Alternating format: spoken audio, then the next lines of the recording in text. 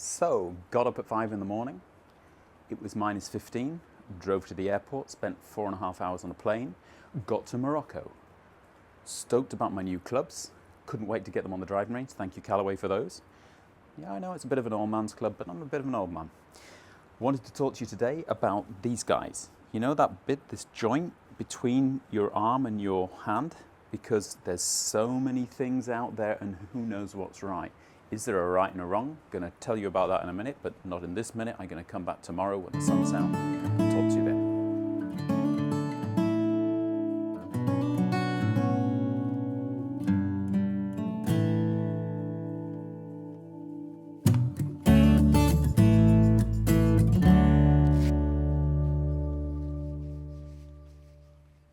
Hello everybody.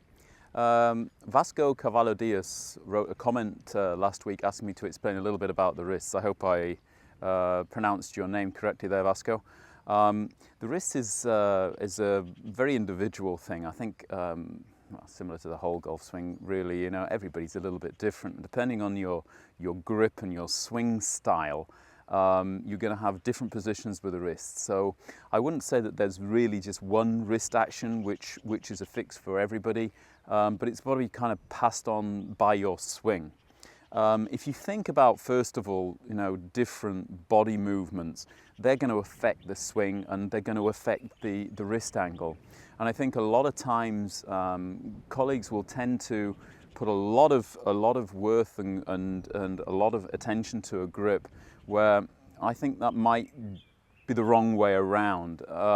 Everybody is really open to their own opinions, but if you think about it, movement kind of starts in the ground and works up. So really, your hands next to the club are basically the furthest point away from the ground.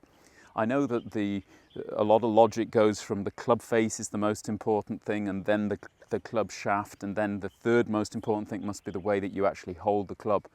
But in a lot of cases, I think sometimes you need a poor grip in order to get the club face square, because your poor body movement or your individual body movement isn't able to square the club face up for you. So a neutral grip is not always a good thing. I think also, if you're ever going to change your grip, make that the last change, because if everything's working in your golf swing apart from your grip, and you change your grip and it feels terrible all the time, doesn't it, when you change your grip? When you change your grip, then at least the ball's going straight and you've got a bad feeling. But the worst thing in the world is you start changing your grip and you're hitting the ball in the bushes and you've got a bad feeling. So if you're going to muck around with your grip, I would tend to kind of have a look at body movement first. What's your body doing? What your arms, what your hands doing, before you actually muck around too much with the grip. But to get back to point, well, I got a bit off there. What more or less do the hands do, and how do the wrists work? The first thing to remember is a lot of the things that you think the wrists are doing, they aren't doing. You can't rotate a wrist. The wrist is more or less in a position where it can do this and it can do this. Yeah, so it's going to do kind of one or the other. The rotation, if there's any rotations, kind of coming from the lower arm or even the shoulder area. So a lot of things that you'll see the wrists doing when you're making a swing, they haven't actually done themselves. It's been another body part, and just because you actually see the hands doing something strangely, you think the hands are rotating, but actually it's lower arm. There's also some weird and wonderful things out there, isn't there? I mean, if you're looking at, you know, Mr. Johnson now with this really kind of closed, what they call a pronate or palmar rotation in the ribs. Crazy bloody name. That's dorsal, apparently, you know, like a shark. In truth, I think that has a lot to do with his body movement. He's got a very, very steep kind of shoulder turn, and I think that helps him to kind of keep the thing on plane.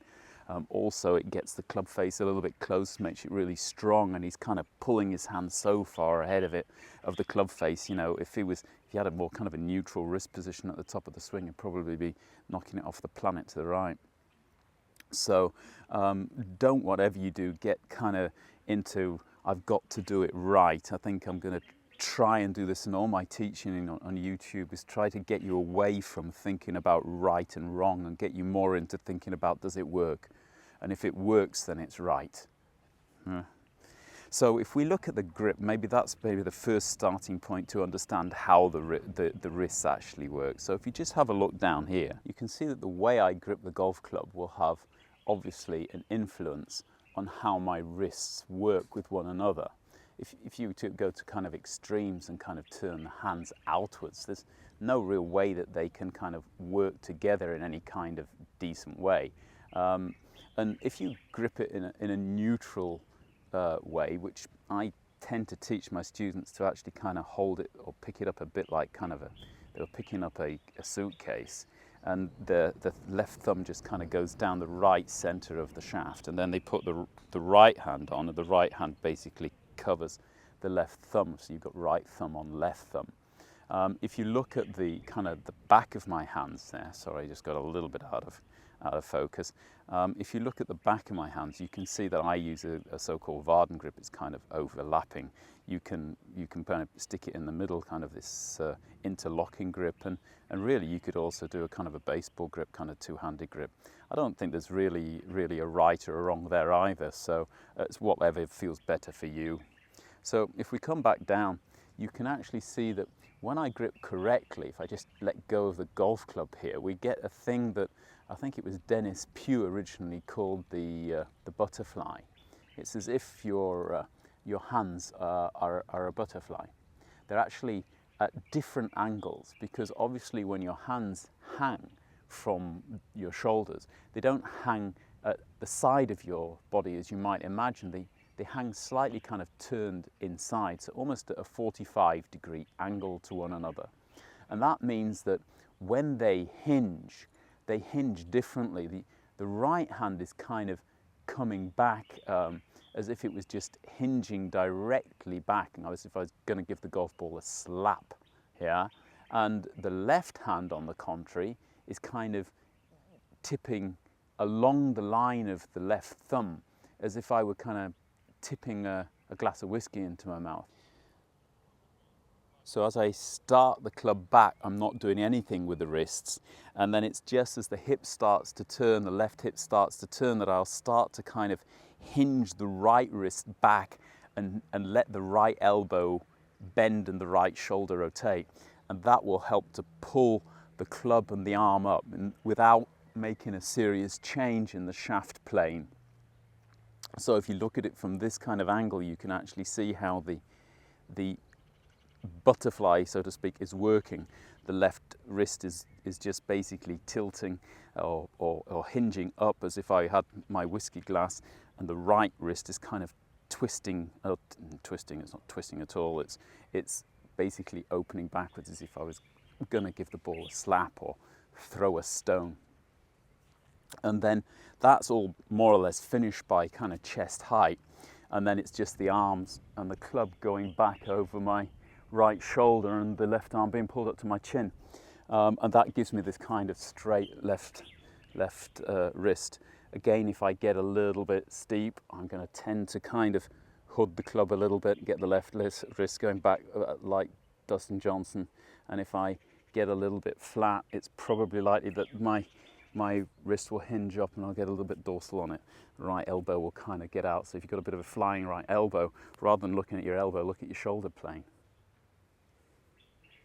See that? Easy game, it really. So Vasco, I hope this has helped you to understand a bit more about what happens in the wrist action. If it has, then please hit the like button, and everybody else as well.